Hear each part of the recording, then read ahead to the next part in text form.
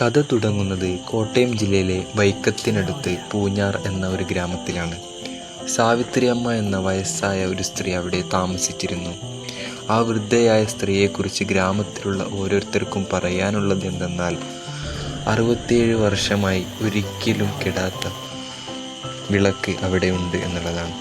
മഴയാണെങ്കിലും കാറ്റായാലും എന്തു തന്നെ വന്നാലും ആ വിളക്ക് ഒരിക്കലും അണയാറില്ല എന്ന്. ഗ്രാമവാസികൾ പറഞ്ഞു, ഇത് വെറും എണ്ണയല്ല, അമ്മയുടെ പ്രാർത്ഥനയാണ് ഈ തീയുടെ കരുത്ത്. ചിലർ അതിനെ കെടാവിളക്ക് എന്ന് വിശ്വസിച്ചു. ചിലർ രഹസ്യമായി അതിനെ കാറ്റ് വെച്ച് അണയ്ക്കാൻ ശ്രമിച്ചു.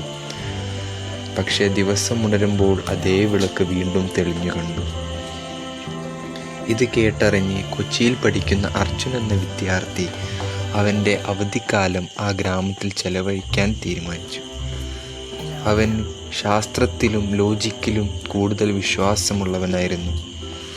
വെറും ഒരു നിലവിളക്ക് എങ്ങനെ ഇത്ര കാലം കത്തുന്നു എന്നറിയാൻ അവൻ തീരുമാനിച്ചു. രാത്രി മുഴുവൻ ആ വിളക്കിന് സമീപം കാവലിരുന്നു. രാത്രി 3 മണിയോടെയാണ് അത്ഭുതം സംഭവിച്ചത്.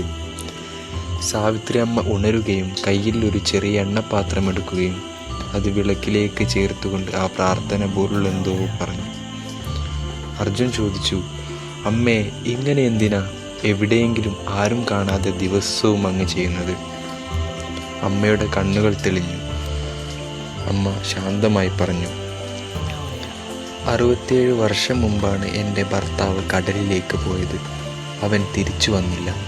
ആ രാത്രിയിൽ ഞാൻ കടലിനോടൊരു വാഗ്ദാനം നൽകി. അവൻ മടങ്ങി വരുന്നത് വരെ, അല്ലെങ്കിൽ ഞാൻ അവനെ ചേർന്ന് നിൽക്കുന്നത് വരെ ഈ വിളക്ക് കത്തിക്കൊണ്ടിരിക്കും. ഈ കഥയിൽ നിന്ന് എന്താണ് നിങ്ങൾക്ക് മനസ്സിലായത്? ഇത് കേൾക്കുമ്പോൾ ആരുടെയും ഹൃദയം തൊടുന്ന കഥയാണിത്. വിശ്വാസം, നിഷ്ഠ, പ്രതീക്ഷ, സ്നേഹം എല്ലാം ചേർന്നുള്ളൊരു